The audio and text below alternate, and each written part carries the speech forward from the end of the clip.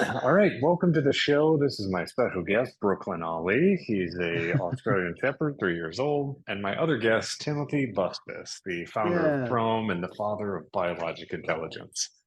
Sponsored today by LaCroix. No, I'm not just kidding. I'm not really. Um, what keeps me going? All right, buddy, come on, get down. You're gonna do something. Okay, lay down, bud. So yeah, so let's see here. I do want to get an update. I think, since the last time we spoke publicly, we've had a little something called ChatGPT and large language models take the world by storm. So I think it's probably worthwhile to talk about the difference between deep learning, LLMs, and biologic intelligence, which AI is beginning to exist on a continuum, throw machine learning in there as well, and regression lines all the way on the left end. So yeah, maybe we just start there with a quick overview from your perspective. You've been in this space for a long, long time. What do you think about that? Start there and then Yeah, that's fine. Yeah, okay, it cool. works for me. So you want to start with ChatGPT? Yeah, sure. I mean, I think maybe one of the things is how why couldn't you put an LLM in one of your robots and have the same performance that Chrome has in one of your robots? What's different? What's the same? What's different? People aren't Yeah, experts, high level. yeah, yeah. LLMs. Well, there are people working on a robotic version of that, but Mhm. um, it, it's it reminds me a lot of the IBM Watson. It's really semantic databases. We call them now vector databases, but it's just pretty much the same thing, but vector databases are a little bit more high performance. And so like I use ChatGPT regularly. Okay. And there's many forums out there for development that I also plug into. I've used Bard and Gemini and all the different ones. Uh, for programming, it's still pretty shy on expertise. It'll write a program for you, but whether it works or not is a real gamble. Mhm. And Yeah. usually the type of programming I need it for, it doesn't work. Or yeah, it just sometimes it creates things that don't exist, things like that. So So it's God? Is it God that's creating things that don't? No, I'm just kidding. well, I mean, things like they'll put things in the program that oh, Yeah, you should import this library. Well, that library can't be found.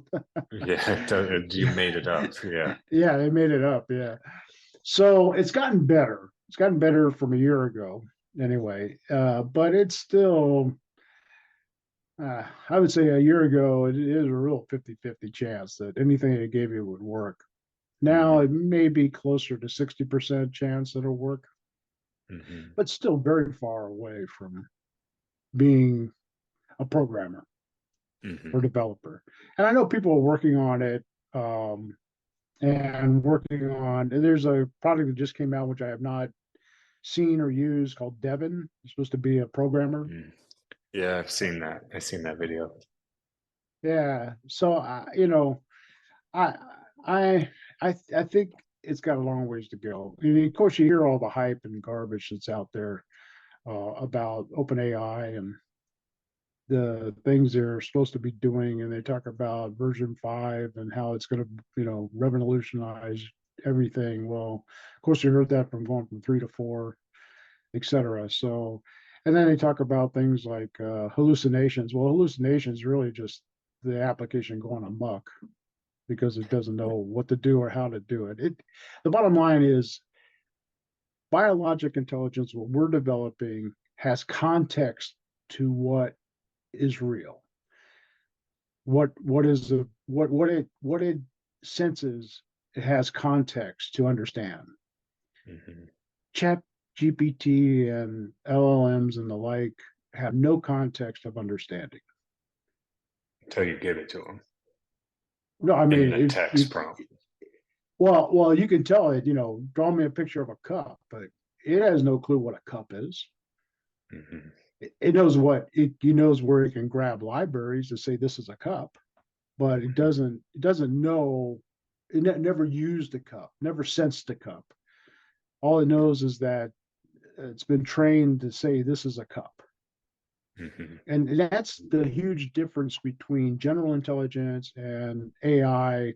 And from the biggest perspective is that AI, even today, even with ChatGPT 4, 5, 6, 7, whatever, if it doesn't have a context of what it's talking about, it never will progress to a point where it really fully understands and could be general. Mhm. I don't see it. I mean, I just really don't see it. I see the failures all the time. I listen to Gary Marcus a lot. I don't know if you're familiar with Gary or not. I've met Mhm. Gary, and he's actually chimed in on some of my Twitter feeds. But um, he's very critical, and I have to agree with just about everything he ever says. It's just if it doesn't have context, it's never going to be able to generalize how to operate in a world in a general sense. Mhm. And Yeah, I it, mean, they use terms and phrases like context windows. So I think most people who probably are listening and have studied it will go, well, that's wrong. They have context windows, and the context windows are getting larger, and we use larger chips and larger data centers. And I think the difference of what you're saying is it's training data, right? Like we got to give you a yeah, 1,000 cups, 10,000 cups, and we've labeled them as such using humans. That then it's cup, and so here's the pixel orientation from showing it 10,000 cups. But then right, what you're saying about biologic intelligence is there is no training data. You just right. turn it on and using its senses, it, I don't know if You tell it, understand is the right word, but yeah, it does. Yeah, it senses its environment, and then maybe years later you might say, well, that thing's a cup, and then it would map up cup to whatever. But either way, it doesn't matter. I mean, if you're on Mars or in a well or in a mine and you've never seen a rock before, do you care, or a pipe, or do you just want to like get out of the way of the steam or falling rocks, or do you need 10,000 images and videos of falling rocks before you save your own life? Like, I think that's maybe where the difference is. right. Like, And can but that example there, you could create a robot today that would realize that this object is coming towards it, and mhm, it may not understand what that object is, but it's smart. It would have enough intelligence to know I don't want that object hitting me, so I'll move myself out of the way. But again, mhm, it doesn't know if that's a piece of foam rubber coming at it or a 1 ton rock. mhm, And so it's going to move no matter what, but it has no context again as to what actually is coming towards it. Is that a mhm, piece of fabric, like a parachute or something that was ejected upon entry, or what exactly is that material coming at me? All it knows is something's coming at me, and I don't want to be around anything that's coming at me. So it'll mhm, jump out of the way or move out of the way. But we would know better. Humans would know better. We or animals would know better. Is that oh, this is just a plastic bag, you know, getting blown across the landscape, right, versus a 5 ton rock coming rolling towards us, mhm. ready to smash us into the ground. Right. So then the software then that's in the robots, like, right, I mean, this is the critical thing. It's like people are using LLMs to power robotics, and obviously we've been using our proprietary biologic intelligence, artificial connect home software to do it. So, I mean, basically, without all the how the sausage is made, what type of, like, if grandma or 5-year-old kid was sitting there, what type of differences do you think they would experience watching both ones go side by side? Like both ones of what? I lost you there. Like like one robot powered by LLMs and another robot powered by biologic intelligence. Oh, yeah, because the one powered by biologic intelligence would adapt to its environment like we would, where LLMs it would have to pause and figure out what the environment was. In other words, we can cycle through our environments without any forethought. It's a no-brainer for us, so to speak, because we understand the environments that we move into, even ones we've never been into before. I always say, I could take a 3-year-old child that's never seen an office chair in its life, bring that child into my office, and the child would have no issue, no problem understanding that my office chair was a chair. Probably climb into it and do whatever. So whereas typical AI, and I include deep learning and LLMs and everything in that same context, it would have to be trained on, oh, this is an office chair versus this is a sofa chair, or this is a dining room table chair. Yeah. It would describe it as something, and there's plenty of classic examples out there where they've shown pictures of things to classic AI anyway, and it's totally identified what it was, only because it's never been trained, or what it's been trained on kind of resembles what it's seeing in the image, but it really doesn't. It's really not anything to do with the image. Yeah, I guess it's like real world versus digital world. Yeah. And Well, one one of the is biggest, custom built for digital and one's custom made for the real world. And it's and just two it's different use cases. yeah, and it's interesting because I've been approached a number of times about people talking about virtual worlds and training in virtual worlds, and I've given some deep thought and found, basically I go back and tell them, well, the issue you have is that your virtual human, or whatever your object is that you're moving through the virtual world, has very limited senses.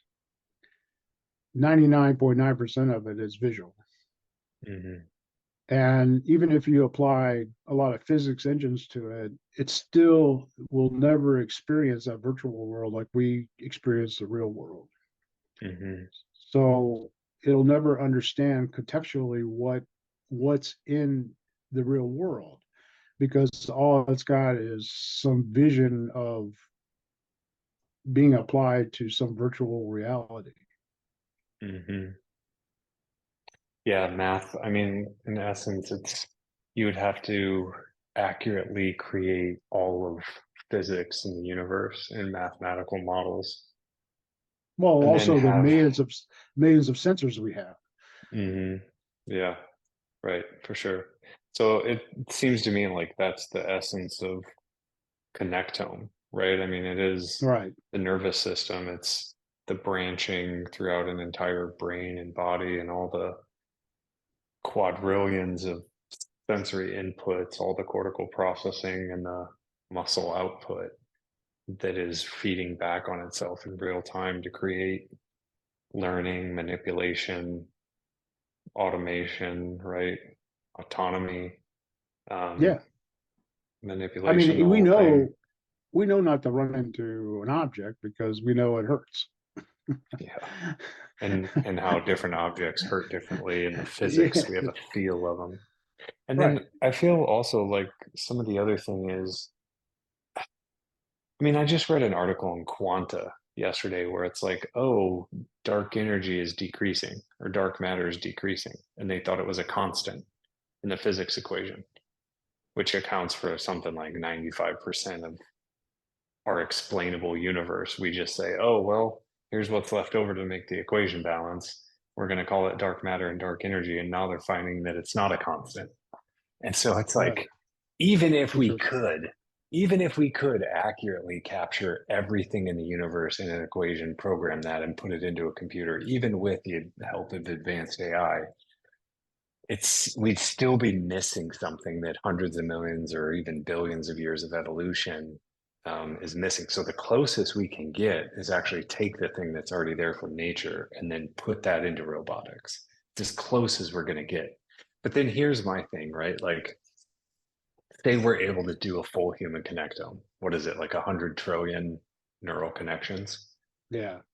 How would we? The technology may not exist. How would we recreate like a humanoid, like in terms of us? I mean, would you physically have to like put in the full nervous system and connection and like actually tie up every single sensory neuron to that piece in the connectome inside a robotic system, what were a hardware? Well, you got to understand your peripheral nervous system is a connectome in and of itself. So, What do you mean um, peripheral nervous system? well, like your hands and your skin and Mhm. your muscles and because that's feedback. Your muscles are feedback into your brain as far as it's a sensory input. In fact, it's interesting because one of the updates I wanted to talk about today is my exploration of Drosophila. Mhm. And one of the things I recently, discovered, or I mean, it's been out there forever, but I just discovered it, is that it has like a spinal cord. It has what's called the ventral nerve cord. And in that And this is a what animal is this? The colloquial term? Drosophila, the little no, the little fruit Fruit fly. fly? Okay. So those neurons within the ventral uh, nerve core talk or connect to like leg muscles, for instance. It's Mhm. not a direct connection from the not necessarily a direct connection from the central nervous system, but central nervous system to the nerve core and the nerve core to the muscles in the leg. And the leg also has sensory input. So it feeds that information back through the cord to the central nervous system. So just like us, I mean, uh, we have neurons that come and allow us to move and do things and whatever in our peripheral, but we also had feedback, whether it's an object cold, hot, the pressure that we're pushing or whatever back into our nervous system. They give us that feedback. So even though the little Drosophila has that to a very primitive degree. Mhm. Yeah, interesting. So fruit fly would map to drones. Yeah, and that's I've just purchased a drone. I'm waiting for it to come. Should be in a couple of weeks. And what I'm going to be doing is applying the Drosophila nervous system to the drone. Mhm. See what And then happens. yeah, fly away with your lunch. Yeah. Come back here. Give back Yeah. here. Yeah, take over Amazon's delivery for it. Yeah. Which actually not a bad idea. But the question, so I saw obviously like we've been talking and one of your videos was like the treating forest fires, Yeah. which is interesting from an ESG perspective and carbon capture perspective, but also just like oxygen and land and the whole ecosystem. But how would that work? Like, how would that be better than, I don't know, the existing technology of drone? Well, one of the things we have right now, and like forest fires or large areas that we can survey in the mountains, even locally here in the greater Los Angeles area, they have towers that people man during the fire season. And what Mhm. they do every day is just sit out there and look for smoke. It's like real. You laugh, but I laugh, but it's Yeah, real. yeah, it's real. Yeah. Yeah, yeah. And I think I told you I'm working with a gentleman from Portugal, a scientist, and it just happened that his father is like part of there will be like our equivalent to the United States Forestry Department, and they have the Yeah. same thing. And Portugal and Spain suffer greatly from wildfires, just like we here in California. So Hmm. they also have towers, and they just sit out there and look for smoke. So even for one thing, you could obviously replace that person with a smoke detector of some sort. Hmm. It's constantly scan the horizon and see if anything pops up. Then you could send some fleet of drones to that area to say, okay, if there's something there, if there's a fire going on, put it out, Hmm. so that it'd be what the Drosophila gives us is it gives us fully autonomous uh, navigation, Mm, and gives us the ability to use sensors that could give us the ability to target, say, a flame or hmm smoke, and just spray it with hmm water or whatever chemicals we want to, Fostech or whatever we want to use. hmm So if you And had, then, say like a fleet of drones, you could hmm immediately put out a fire, instead of waiting for the fire to get to 500 acres of hmm burn, and then have to bring in the heavy equipment like planes and helicopters and yeah. everything else. Yeah, it's interesting. It's sort of like a drones and waiting. And then Yeah, there's a couple different sensory neurons, and then they just go tackle the issue immediately. And then there's right, some control software on the outside about like return and some safety mechanisms. And then right, you just need to fill up that tank of water unless there's right. something nearby where they can get. Yeah, I guess that's Yeah, the other they could thing is either, you could actually detect it to use natural water sources that are yeah, as close as possible to the spot to do like optimization challenges. But essentially, I mean, our hypothesis is that some of that is inherently programmed into the fruit fly, which is yes, part of the reason is because that's a survival mechanism. So they'd be inherently attracted without training data, without tons of programming. So ultimately, the value of this whole thing is just speed of development and um, yeah, it's like speed of the development because you don't have to do all the edge cases, you don't have to do all the training. You just have to sort of tell them where to go. and not even really, right? Because I mean, if you had a smoke sensor or Yeah, monitors set yeah, up right. You and could, yeah, heat infrared, I mean, think about yeah, Arnold Schwarzenegger in Predator. yeah, Predators, I mean, even predators have yeah, infrared. yeah. Just give the yeah. So that's interesting. They Make could a detect Terminator the to smoke. terminate fire. Yeah. Yeah, and just have lots of safety protocols. Yeah, we don't want to go Well, down the that's the Terminator thing route. too. Using Drosophila as an example, whether that fire is in a forest, in the desert, in some grassland, it doesn't matter. The Or navigation's homes. autonomous. Yeah, or Yeah, that's homes. interesting in neighborhoods. You don't think about it, but there, I mean, here's a perfect example. You know Jeff, right? My buddy I Yeah, grew up with. yeah. So I was up at his place the last couple Thanksgivings, and in his development, there's one house that burned down. And it's been a big HOA nightmare for a long time. We won't get into about like trying to Yeah, rebuild it, but I can I mean, it imagine. happens. It Yeah, happens. I mean, you're right there in suburban America, and poof. And those fires can. I mean, our houses in suburban America are pretty close together, close so a together. little bit of wind. I mean, as a neighborhood watch goes, I mean, I'll tell you, an HOA I lived in for a couple years, and they weren't even expensive HOA fees, but I think they spent like 5 million bucks a year out of a $6 million budget. You know what they spent the 5 million on? Landscaping, flowers.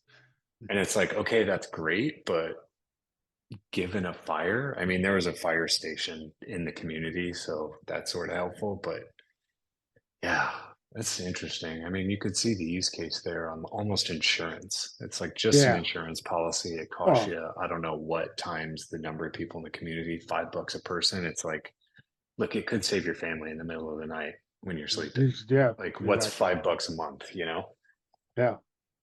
Well, It's and I interesting. don't know if you're aware, in California, it's getting fire insurance is almost impossible now. I live in a HOA, and our HOA has just been, we've had to have special assessments because Mhm. they just can't get, the fire insurance is so outrageous. Mine almost doubled this year. What's the level, like dollars per month in Well, I California paid like fire $900. I paid $600, I think, the year before. I paid $900 last year, and this year I just got the bill. It's like $1,500. for the whole year? Yeah, but Jeez. So it doubled in 2 years. yeah, yeah, So basically, if we could come in and say, hey, that fire insurance thing you have, which doesn't stop the fire from destroying your life, Right. like you could pay us 400 instead of 1600, and we'll make sure your stuff's safe. Hmm. There's a lot of people in California Yeah, no, and yeah, I hear the with a nightmares lot of all the stuff. time. It's getting worse Yeah. and worse, you know. There's a lot of companies won't renew like fire insurance now.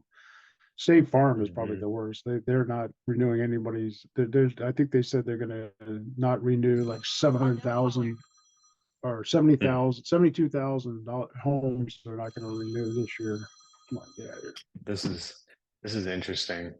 I think that's State Farm calling about their innovation department, saying you're about to disrupt their business model and they need to talk to you. Because I mean, think about that, right? I mean, flood insurance is the other big one that nobody's Right, giving out anymore. And fire right. insurance, flood, I don't, we'd have to talk about that. But the fire insurance route is interesting. It's like you're going to pay all this money times how many million?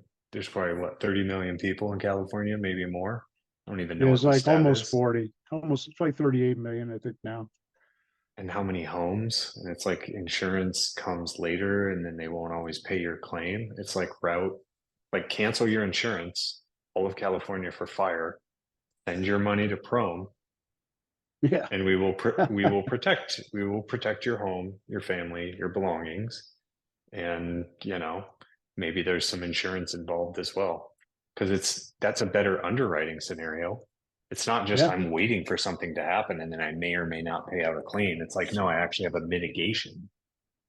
Huh, this is yeah. interesting. like And like the power insurance company. companies would not like us, but Well, the power companies would, because the power yeah. companies are the ones causing the wildfires by their lines getting snapped, and Wait, say more they're about putting that. out they're putting out millions of dollars in claims right now because of their power lines.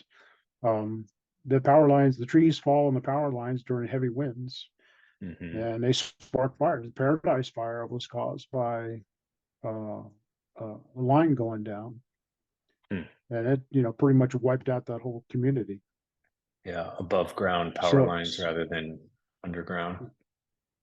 right, Yeah. right, and there's still plenty of them around. Our city, where I Yeah. live, they've got some programs putting them all underground. They did a major one a few years ago that ends right down the bottom of the hill from where I live. But Hmm. and then it goes above ground Yeah. because I'm right on the Ventura Los Right. Angeles County line, it goes over Los Angeles County above ground. Jeez. Let those guys Uh, burn, I guess. yeah, that's, oh man, I used to live in LA. I don't want to see that Yeah. happen.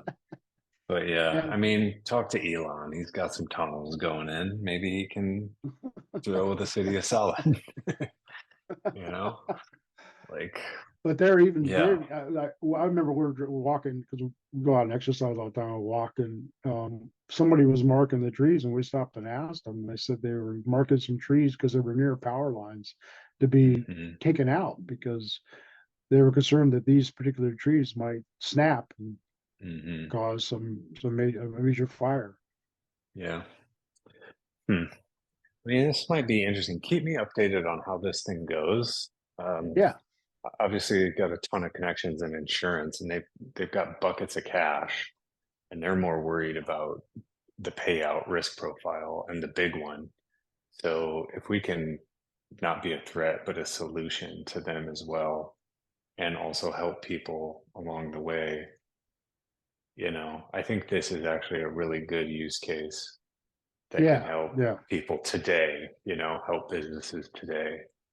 Um, yeah. Well, yeah, my ultimate interesting. plan with the quadcopter and the Drosophila nervous system is to actually Mm, connect a little water tank to the bottom of the drone with a little pump and mm, have it go out and actually extinguish a fire. yeah. Start a little fire. That's I'll go up to my property up north and my 40 acres and create a little fire, have yeah. it go out there and see if it'll put it out. Yeah, Tim, make sure it's surrounded by rocks and an open Well, clearing. it's all You green. It's don't. all green right now. It's beautiful Yeah, right now. It's all.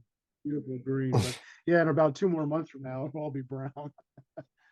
Well, only you can prevent forest fires, you know? Yeah, exactly. Yeah, Um, hmm, interesting. I mean, that's the big problem is the weight of the water yeah, and available source is getting, hmm.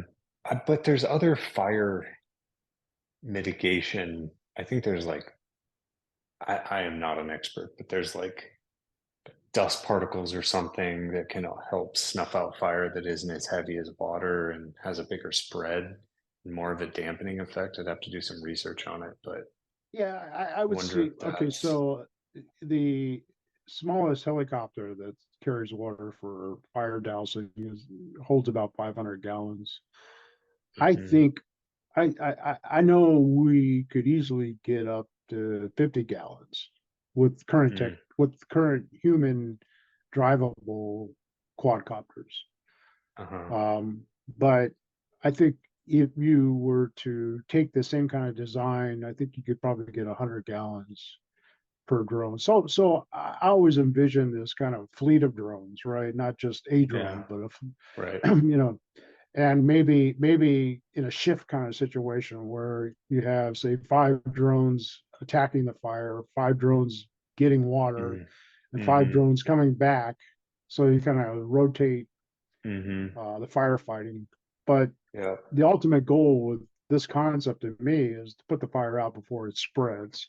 I think yeah. once it spreads to a major fire, I mean, then you got to have more conventional firefighting.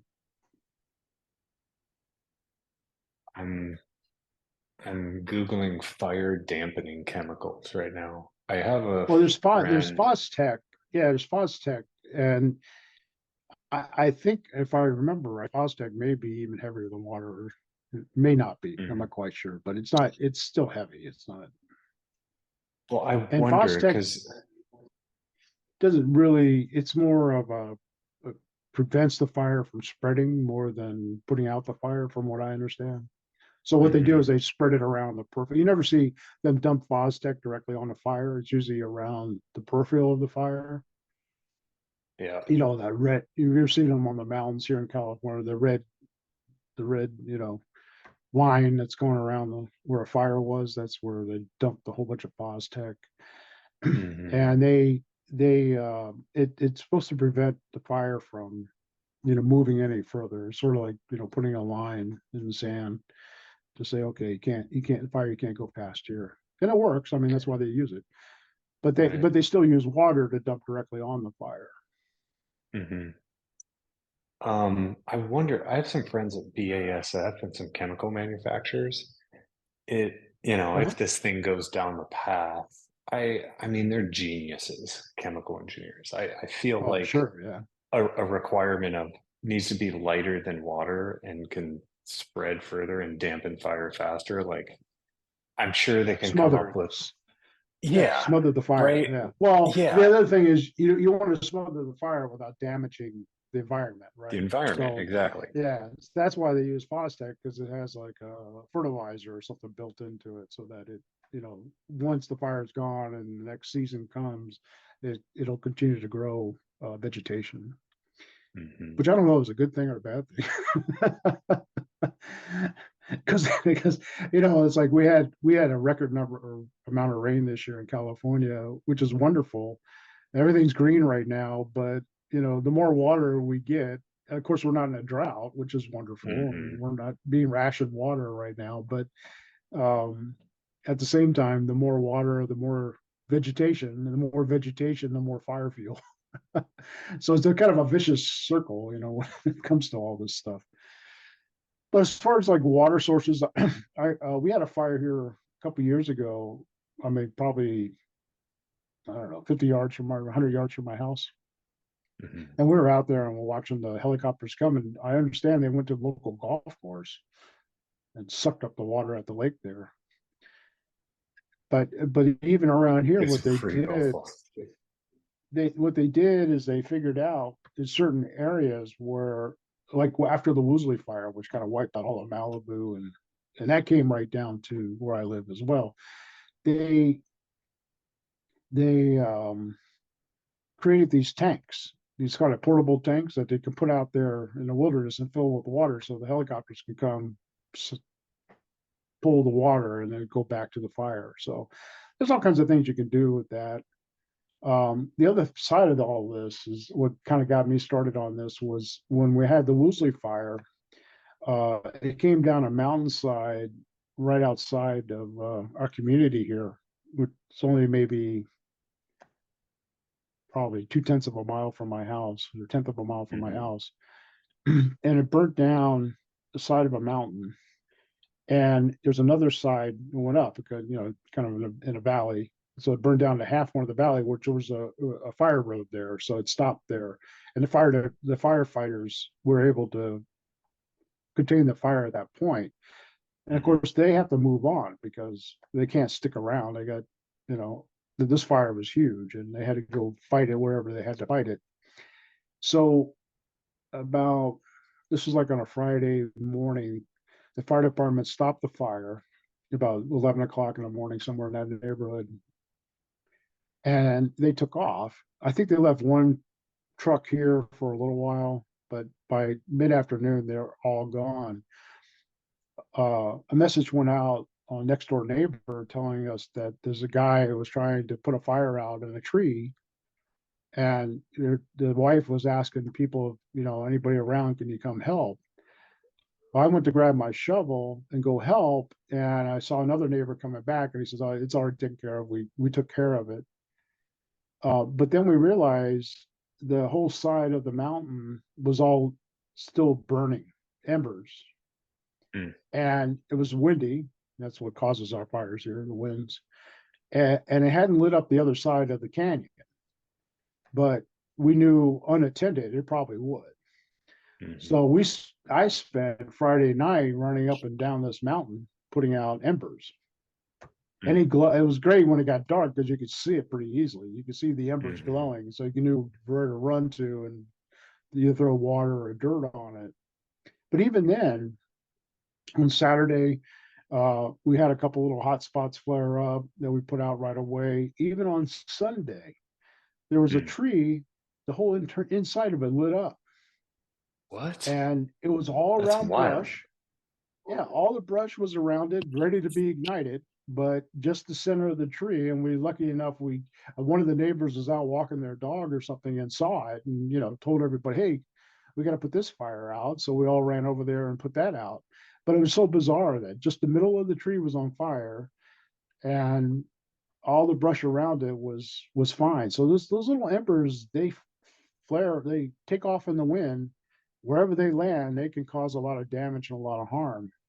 So even there's a whole drone or robotic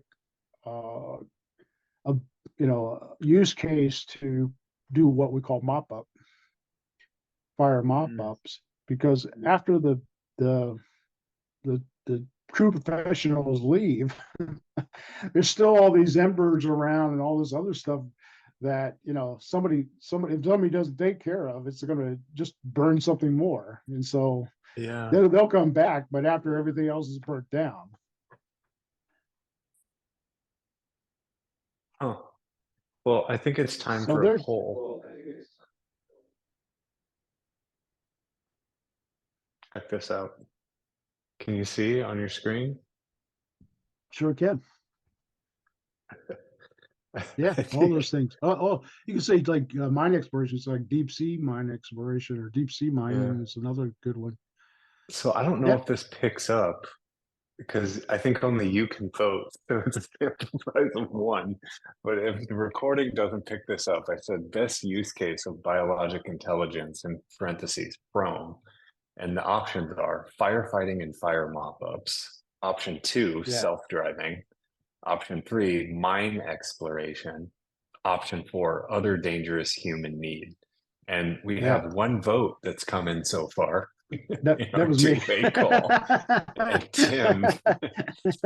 Tim, our chief scientist here and technology officer, has chosen firefighting and fire mop-ups because it's a clear and present danger. And this is okay. I'm going to end the poll because I can't vote, I guess. So I guess I don't count. Need to register next time. So let's share results. Okay, there you go. You can see your own result. 100%. Yeah, there you go. I love 100%. You know, it. you're predicting the future one day at a time. No, but that's super interesting because the whole like, I mean, you can't stand out there 24/7, 365. And now it Oh, makes sense why you've got, I spent hours. Yeah. yeah. And I mean, talk about a waste of time and money but the risk is so high if you don't that it's Yeah. like you have to. So your life, what, like your life stops? And what if Yeah. it's during Yeah. a work day, during the week, in a And I'm saying neighborhood? this, Like, this happened Friday morning, came down to our neighborhood, right? It mm, lasted through Sunday. We were putting out fires on geez, Sunday. there goes your weekend, Yeah, I one mean way or the everybody, other. yeah, everybody was alert. You know, everybody was watching and alert, and there was probably about 3 or 4 of us neighbors that were really tentative to it all. But there Hmm. was other neighbors that would, come in and just walk around the mountain or whatever to try to. I mean, I'm talking about a steep mountain too. You carry 5 gallons of water up and down Hmm. these Yeah, mountains. you It was a became a workout kung and a fu half. master. Yeah, yeah. The 36th chamber is not too far ahead of you. But we So, had shovels too. But I mean, shovels I don't think do as good a job as just dousing it with water. The water would get rid of the yeah, problem real fast. it's slower too. Interesting. Okay. All right. So I Well, mean, we're that's what we're doing right now with Drosophila. mhm, I've got a little project plan figured out. I got to build it. I got a lot of different testing to do, a lot of different things that I need to apply. And like any project, you want to test one thing at a time. I'm not going to build the whole thing and say, okay, does it work? You got to mhm, test the Drosophila nervous system before I start applying things like water tanks and pumps and things like that to it. mhm. But Interesting. yes, but that's that's um, that's my goal probably over the next month or two to get a proof of concept for the Drosophila nervous system. Yeah. Interesting. I like it. I think it's smart. It's a clear use case. Um, yeah, I wonder who else is out there doing the same thing. Seems crazy that there aren't like 50 companies trying to tackle that and save people's homes and big Yeah, market. I haven't seen anything out there. Um, Hmm. I know in that Twitter exchange that we kind of had, there's several people kind of chimed in. Thought it was a great idea. Obviously, like I said, even Gary Marcus said there was some guy he knew at some university or something that was thinking along the same lines, but I've never Yeah. seen anything. I mean, I've seen firefighting drones. There's some cool things out there. There's one set of drones, but there's a difference between wildfires and structural fires, right? So the ones I've seen so far were drones, which were pretty awesome. The drones could pick up the hose and fly up to a building. So if it was a Hmm. multi-story building and the fire Hmm. was, 5 stories up, the drone basically would pick up the hose and pull the hose up there and Hmm. direct the water onto the fire. But I think it was all, manually Remote done. But control. but Yeah. it was cool that the cool concept in my opinion, because for them to get the ladder extension and try to do it themselves. And of course, the ladder can only go so far, or the drone can go much further. So Right. they could, tackle a 10-story building or whatever to pull the hose Hmm. up and get to the place where the fire is happening. Yeah. Of course, most cities and stuff now require sprinklers, but inside the buildings. Yeah. There's still a lot of buildings out there that have not been fitted with sprinklers, especially a lot of older ones. Yeah. So, I think the so home, I mean, the consumer market in the home is way bigger. And I mean, most homes don't have like fire retardant on the outside and like fields around homes. Like it just doesn't exist. Yeah. Yeah, what one of the big initiatives here to quote save on insurance, which is really a joke at this point, is called fire hardening. They, if you could harden your house against fires, the insurance company is supposed to give you a break, but when they're Oh, canceling what? your insurance altogether, who gives a Yeah. shit? I mean, what do you do? Wrap it in like a cocoon? I don't know how you harden your house against fire. Keep it constantly wet. Like, Well, actually, I ran into a company here local. And I thought about this concept a long time ago: is put these like heavy duty sprinklers around the outside of your house, like in your yard, kind of thing, that would pop up and just spray water everywhere around your house. And there's actually a company here locally that does that does that. And they had some video on there where it shows like these powerful sprinkler heads popping up and just like sprinkling the house and yard and everything around it.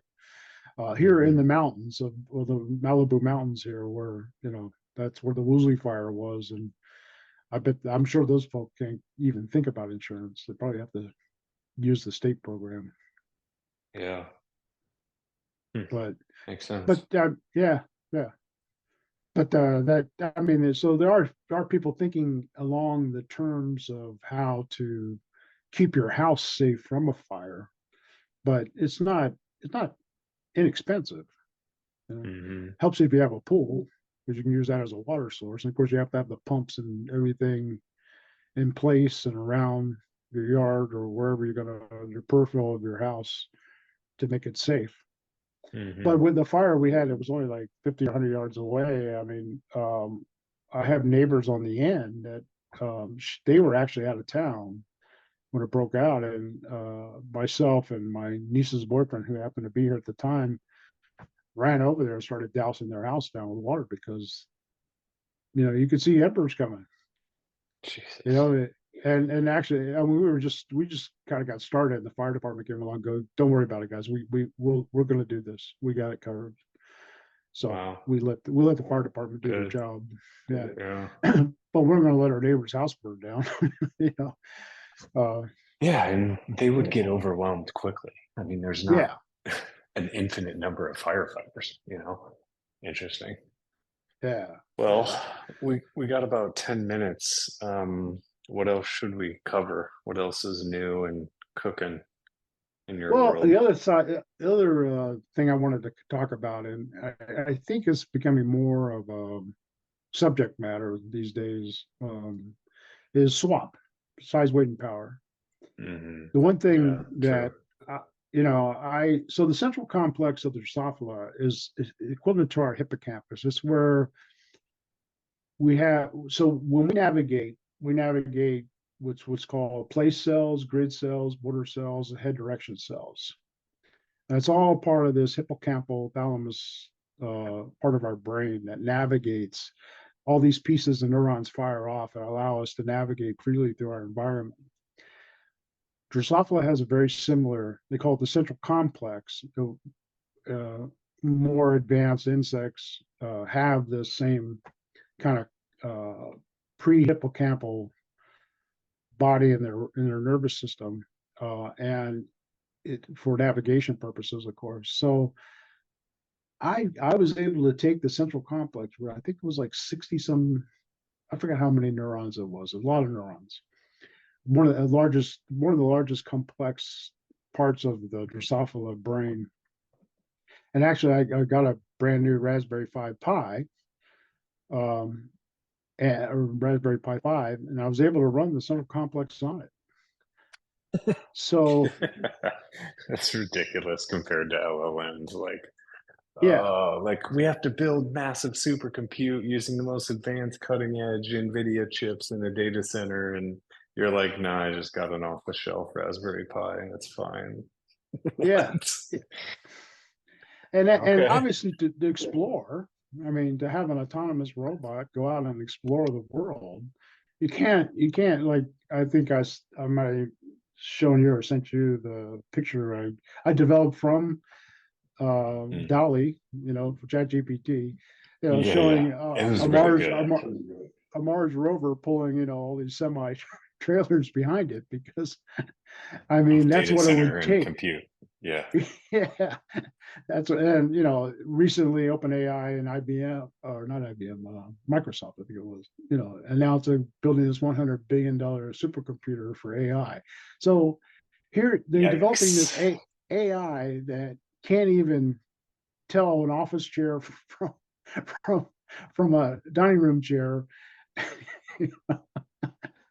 that it's going to be this mega data center. And even from an environmental point of view, a lot of people have noted that AI is just sucking up energy and causing tremendous amount of pollution and issues. Yeah. It's killing the Take environment. that, take that 100 billion and just take 1 billion. Yeah, Shit, take 100 million. You know what? Take a million. Just take a yeah, million, yeah, which is exactly. what, 1/10,000th or whatever, and allow us to prove you. Well, we kind of already have. Whatever. Yeah, You can't yeah. change you can't change the world. Everyone's really hype on LLMs, and there's I know. there's They're they're dumping all the just money in they the can path. into it. Yeah. Hmm. And it A lot of really money. surprised me a couple days ago. Lumena sent out uh, uh, I don't know, press release or something. I don't know Oh what yeah, it I would be forgot about called. Numenta. They sent out a thing saying if your AI can't run on a CPU, then give it up. Yeah, And it really surprised me, and I was so happy to see it because it's like yeah. you're absolutely right, man. If you Hmm. can't run on low power machines, if Hmm. you need 10 zillion GPUs for your AI to tell me how to write a program that doesn't work. Yeah. Yeah, I think really, I mean, look, it's such an amazing breakthrough. Attention is all you need, right? The 2017 paper. It's such an amazing breakthrough in the experience of changing one kind of pixel into a different kind of pixel and having it like actually make sense in words and visuals is really compelling. yeah. Um, No, it's good. but I mean, but I feel like what actually happened is you just took every if then do while loop statement possible across the entire internet that's ever existed, and then you put it behind a curtain in the land of Oz and said, "Don't look behind the curtain." right, And you have like, and that's really the issue is you just have this giant piece of mega machinery behind you in order to change a sentence into a picture. And right, it's like, is that and really helping that people, or is like that fighting fires helping people? You know what I mean? yeah, that picture I created with like the rover with a bunch of semi trailers behind it. That was that was one out of maybe 6 or 7 pictures Hmm. because and now the big thing is prompt engineering because Hmm. if you don't tell the LLM exactly so it understands what you're asking for. Not that you don't understand, that it understand. It gives you results that are not desirable. Until I can tell you, Hmm. just trying to create a simple picture, like, you know, do a picture of a Mars rover with semi trailers behind it. Hmm. You wouldn't believe the crap that it generated. Well, I did it. So in Q4 2023, I spent 3 months designing a men's fashion line using ChatGPT. Uh-huh. And I probably entered 10,000 prompts during that time to try to fine tune the Yeah, variables. And what yeah, it existed was a iteration friend. But I could never get you can never get past a certain threshold, which is right, hold this variable constant, change this variable, or right, like it wouldn't get the spelling right when you wanted to add a word to the text. And so what it really allowed you to do was just quickly visualize a concept and get you right. from 0 to 1. It gets you from 0 to 1 much faster from the blank piece of paper problem. But then from 1 to 100 or 1 to 10, the human has to take over. The biologic intelligence has to take over. Exactly. And And again, so that's the same with programming. You know, yeah. ask it to write you a program. Ask you to ask it to give you a simple. I mean, if you ask for very simple scripts like Python programming or C# or whatever Hmm. programming that you want, it can usually generate real simple things. Yeah. Like if you say, give me a Python program to add two numbers together, it can do that for you without issue. But I mean, when you're really down deep in the weeds as far as like business programming and robotics programming, things like that, I mean, Hmm. it just Yeah. it just doesn't have It that. gets raw. You know Yeah. what I think this whole thing is and how it ends up? I think what we're talking about is a hammer, a screwdriver, and a wrench, more or less. Do they compete with each other? I mean, I guess in some ways, yes. They're all different tools for different specific purposes in the context of Yeah. building things in the real world, but each thing is good for something unique. And Right. I think deep learning is good for something unique. Large language Yeah. models are good for something unique. Biologic intelligence is good for something unique as well. Um, I don't know. I don't know where this is all going to end up. Like if they end up converging, I mean, because humans are flawed too, right? Biologic intelligence. In some ways, we aren't perfect, but there's perfection in the imperfection. I don't know. Who knows where it all Yeah. ends I up, mean, but I think there real are world possible. physical Yeah. stuff, I think is Yeah. biologic. That's Yeah. it's always been my hypothesis. Like you get animal connectones, animal intelligence that have built in the physical universe, it will work for applications in the physical universe.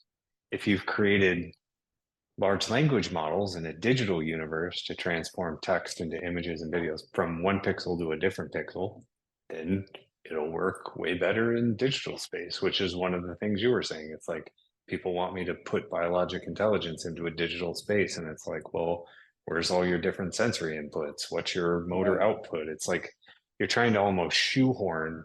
And I Right. feel like in the same way, maybe LLMs and deep learning are trying to shoehorn that into like humanoid robotics or Yeah. robotics in the real world. And so maybe that is really where the paradigm and the disciplines are just different in different use cases. What do you think? Yeah, I agree. Couldn't tell you more. I agree. The thing is with the hype that's going around, I mean, AGI is the subject matter, right?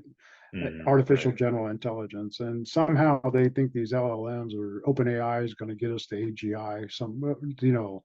All they have to do is apply more computing power, but We're going the to run out. scalability, Yeah. the scalability is not there, and Hmm. it's really silly. And the fact that no one's looking at this concept of swap that we've known about for how many years now. Um, Yeah. and In NASA obviously is very aerospace. interested. Yeah. Yeah, Yeah, yeah, for because sure. you're not gonna send 500 semi-trailers of computing power to Mars for a little rover to go around. In fact, there was even there's been serious thought as putting humans in orbit around Mars, like in a space Hmm. station, so that Hmm. they can run the rovers. And that, because right now, as we know, it takes 6 minutes to, you know, Hmm. back and forth between Mars and Earth, and it's like take a picture, send me the picture, which a picture is going to take more than 6 minutes. It's going to take a long Hmm. time. Okay, Yeah. looks safe. Go 20 more centimeters, and then take another picture and Hmm. send it to me. It's the rovers up there have only gone a few kilometers at best because Hmm. it's just excruciating, not to keep them from getting in harm's way, but it's all Hmm. human driven. So they Yeah. even It's talked about putting humans in a space station in orbit so they could have real time interaction with the rovers. But yeah. I think with our technology, you could put a rover out there and it would not it would be fine. It would not. Hmm. Um, It wouldn't kill itself. Let's put it yeah, it that way. wouldn't kill itself. It wouldn't get hurt. And if it did get hurt, we'd be able to somehow recuperate from that hurt. Yeah, right Mhm. now, if a wheel or something goes bad on a rover, it's like, oh, well, guess what, man? We're screwed. Yeah, it can't adapt. Yeah, it can't adapt. And I mean, that's interesting. I mean, there is no training data available for Mars Right, or exactly. Venus. I mean, it doesn't exist. We have like three pictures. Like, Yeah, what are we've you going to always, train? right. It's There's like, nothing to train. yeah, like we've always said, you can't take a self-driving car here in on the world on the Earth and put it to Mars and say, okay, now start driving around Mars. Yeah, it's looking for It the would highway definitely, lines. yeah. It's like, where's Where's the the stop Seven sign? Eleven? Yeah, where's my where's where's my Tesla plug-in to recharge the rover? Yeah, well, size, weight, and power. I mean, that's why they say it starts as a toy. It's like actually not a toy. Like an RC car is actually, that is the test, the true test. Can you get an off-the-shelf robot with the world's most advanced artificial general intelligence software and run it on off-the-shelf parts? It's like a data center. It's commodity parts, Right, and that's what makes it happen. I mean, if every data center in the world and the internet was powered by custom, each one was custom, each chip was custom, we would never have the internet. It just like wouldn't work. It's right. like what? It's fucking crazy. So, Oh, and anyways, in the 60s, 70s, and 80s, that's what we had. And hmm that where people started pulling away from it industry wise because every computer system was had its own operating system. You know, everything from an IBM 370, 360 all the way down to a DEC PDP 11 or whatever. I mean, everything had its own operating system, its own proprietary software. You could not take any of the software and put it onto another system. It was not ubiquitous in any stretch of the imagination. And companies started getting fed up with that because they get locked into hmm these really expensive contracts and they couldn't do anything with it other than what they had. hmm So that's where the internet is allowed us that freedom that we have. We have servers in the cloud, and those servers can talk to each other in a lot of ways. I mean, the system.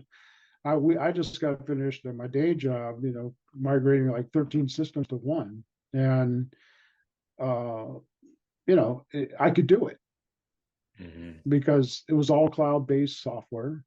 I hmm can get to it and pull the data and do what I had to do to massage the data to move it into the new system. Yeah, Whereas universal if it was standards. if it was in the 80s, man, that would have been, I don't even know where you would start. Spreadsheets, You, maybe. you start Lotus one, over. two, Yeah, three. yeah, you'd have to start over. Pen and paper. Yeah, exactly. That's well, you'd have to start the new system fresh. The likelihood of you hmm moving data from one system to another was pretty slim. You'd have a team of analysts or interns, like, you know, or maybe So with one connect, LLM. so with biologic intelligence, I mean, the sensors, motor output, as long as you know what you need to feed it and what you need to do with the output, you can apply it to a lot of different modalities. You don't need, you don't need like for instance with the Drosophila test proof of concept I'm working on, olfactory is a big part of olfactory sensing is a big part of the fly, as you can imagine. So change that olfactory to smoke it so it thinks the food is smoke or smoke is the Yeah, food. right. And Go towards food, i.e., it, smoke or yeah, fire. yeah, Yeah, yeah. yeah. So you can manipulate the nervous system by adding, but you could create any kind of sensor you wanted to, hmm that you wanted to tell the drone to move forward to. Yeah. Pressure, density, humidity, Yeah, elevation, altitude, orientation. Yeah. I mean it's unlimited as far as if you have a hmm sensor, we could probably connect it to a biological Yeah. nervous system, artificial nervous system, and hmm and use it in some way, fashion, or Yeah. purpose. And there's a ton of sensors that are off the shelf and cheap and Oh, good. big time. Yeah. And yeah, super high powered magnets too. Like all this stuff has become commoditized at Yeah. scale. So it's like just use the stuff that's already there instead of having to reinvent everything.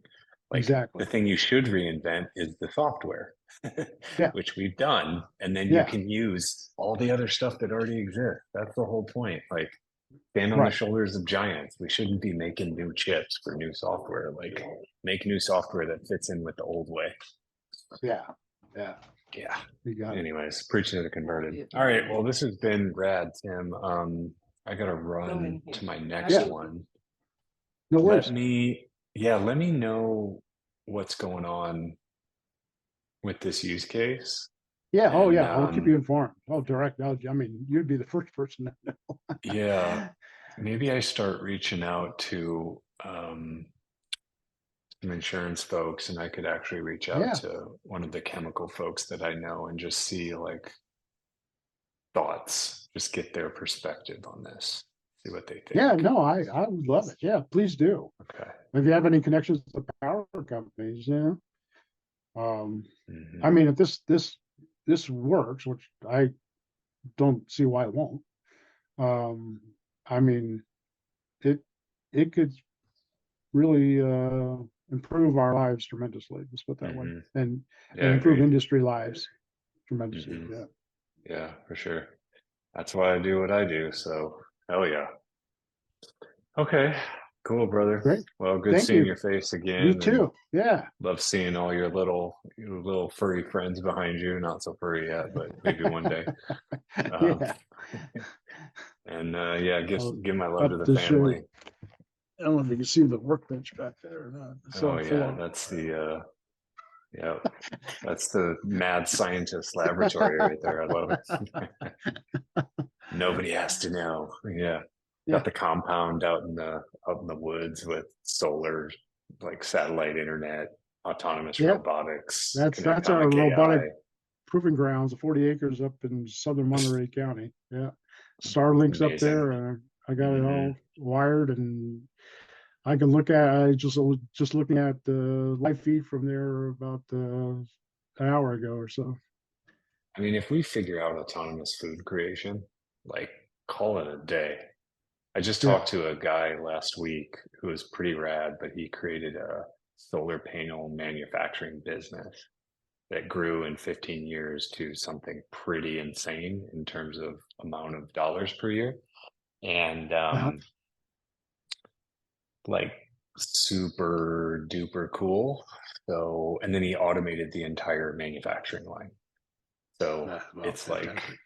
you can get like there's the solar farm right there. You put some compute next to it, you get, and the robots can come recharge, get the water regeneration going, and then Right. figure out a way to like plant and till and mend and rewater. And then that gets figured out, and that's a whole ecosystem right there. I mean, Oh, that's crazy to think agriculture. about. Yeah. Yeah, agriculture is still. I mean, even there's a lot of robotics being applied to it, there's still nothing that's general. Hmm. Hmm. Uh, Yeah. That could I just I have a manage good. a field. Yeah. Yeah, I've made a good friend with a guy who owns a winery, and um, has I don't know how many acres of grapes, and labor shortages are always a huge problem. Mm. And they got a lot of different things they have to do throughout the year, and everything from harvesting to pruning to getting rid of the weeds and all that kind of stuff. I mean, it's so much ripeness there for ro- robotics, but again, without that general navigation capability, I mean, it's very difficult to create robots that really can go out into the field and do the job like a human can. You know what I just realized? Life is life is just a funny thing. So in this episode, this call, we started with fire and moved on to farming.